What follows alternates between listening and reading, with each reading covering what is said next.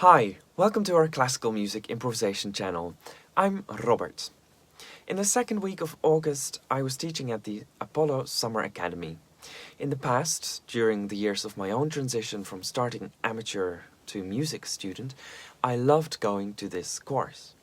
And this time I also taught a daily class on improvisation. In this video, I wanted to share some of the things I did with the students with you, and evaluate that a little. And first of all, it was really great to see that there was a lot of interest from the students at the course in improvisation. If you have followed our channel for a while, don't forget to subscribe, by the way, if you haven't yet. You will have predicted we also worked on the Passacaglia and on the Tarantella. If you don't know those videos, you can see the links here or in the description below. So we already have videos on that, so I won't talk about that here. I wanted to talk about some other things, like improvising on the pentatonic scale, echoes, mirrors, ornamentation, and Telemann, and more. My first interesting experience centered around a piece by Vaughan that I coached in a chamber music session. It starts off with a pentatonic solo melody in the viola. And pentatonic just means that it consists of a scale with 5 different notes, whereas our usual major and minor scales usually have 7 notes. In this video, you will get to know this scale a bit better and learn to improvise on it. And then we will continue that process, learning from what Vaughan did in our video for our Patreon supporters. Another thing I worked on was the echo exercise from Jeff Agrell's book Improvisation Games for Classical Musicians. The idea is very simple. You echo your neighbor, going around the circle one by one. We've all tried that before, of course, just for fun, but a nice element of this game is that the student doesn't have to imitate perfectly. Whatever the student imitates is the new thing to be echoed or imitated. And this way there's much less pressure for people to imitate perfectly, which especially at the beginning is very difficult. It took a few rounds before people were able to relax enough to reap the benefits of this idea. So I was really glad that that the students were willing to just keep going. And sometimes you have to push through the awkwardness a bit with some positive comments and, of course, with the willingness of the students. On the other hand, within your go, it's also important not to get a few tries. Whatever you start, that's what you work with. So if you start on the wrong note, or there's no sound, or whatever, don't try to find the right one or the right thing and start again. In this exercise, at least. Another interesting thing was that how by trying to echo and failing to do so perfectly, the not quite copy from the next person was very related to the original. And so often in improvisation, when we are exchanging ideas, we actually want that. Not a perfect copy, but a version that makes it your own and keeps the music developing and moving on. And this way we could analyze with students how they maybe imitated the rhythm, but not the melody, or the shape of the melody, but not the exact notes.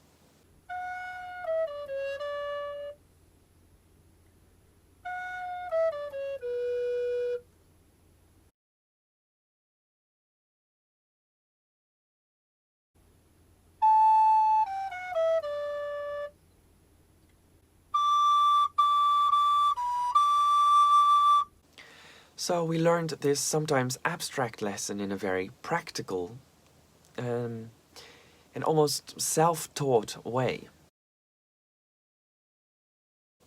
In one of the improvisation sessions, we focused on a difficult passage from the students' repertoire.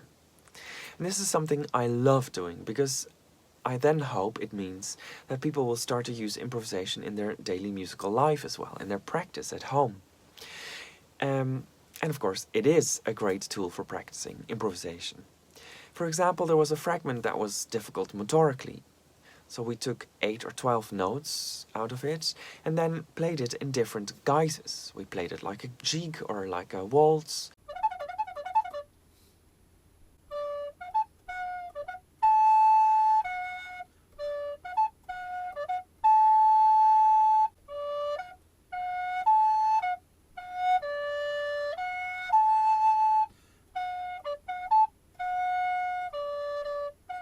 perhaps we divided those notes into an ABA form. And this way you play it at different speeds, but also engage with the notes musically. It's like getting to know them as friends with all these different facets. And of course, as you know yourself, so often we practice a passage sort of slowly and we're like, we're really able to do that. But then when it gets to the music, we're all excited or sad or whatever emotion is going on, and then we can't play it anymore because we're not used to actually practicing it with the musicality that we want to put into it. I also very much enjoyed working on a little bit of a Methodische Sonata by Georg Telemann. Basically, these sonatas, there are 12, were examples by this famous Baroque composer of how to improvise or perhaps write your own ornamentations for a sonata. So basically, I gave them the unornamented melody, I think about 8 bars, and together we gathered a few standard ornaments like a trill and a port de voix, and talked about some simple ways of filling up melodic gaps and making up larger ornaments around the same note.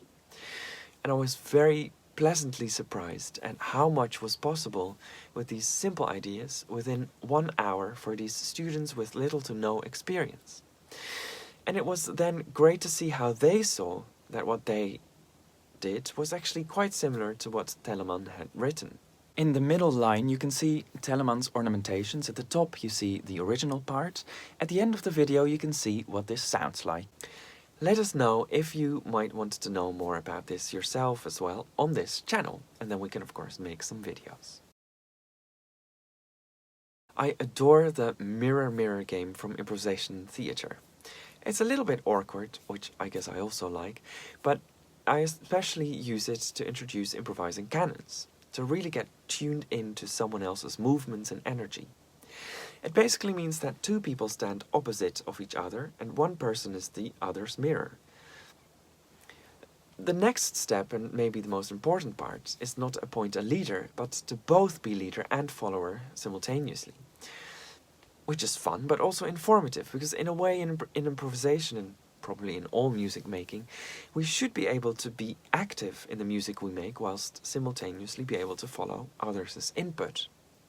So this time around I even tried it with 4 people in a sort of chamber music setting, and this was very interesting, because so often with 2 people you then sort of intuitively and tacitly go back and forth between leading and following, but with 4 people that's much harder. So you really have to go for this sense of synergy. And what then turns out to be very important is showing intention, precisely and in such a way that it is followable. So each movement is conscious and communicative. And this is exactly a very important trait when it comes to ensemble improvisation.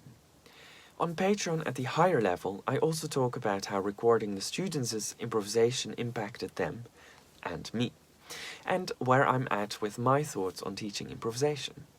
We always welcome your thoughts too about all these ideas. And we hope to see you for our next videos about our own research and with a Pachelbel challenge for you. So don't forget to subscribe and support us on Patreon. Thank you.